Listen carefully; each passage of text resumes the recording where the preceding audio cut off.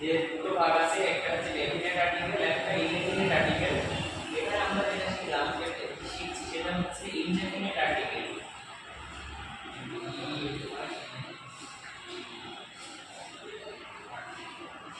definite article অনির্দিষ্ট, এখানে কখন ব্যবহার করা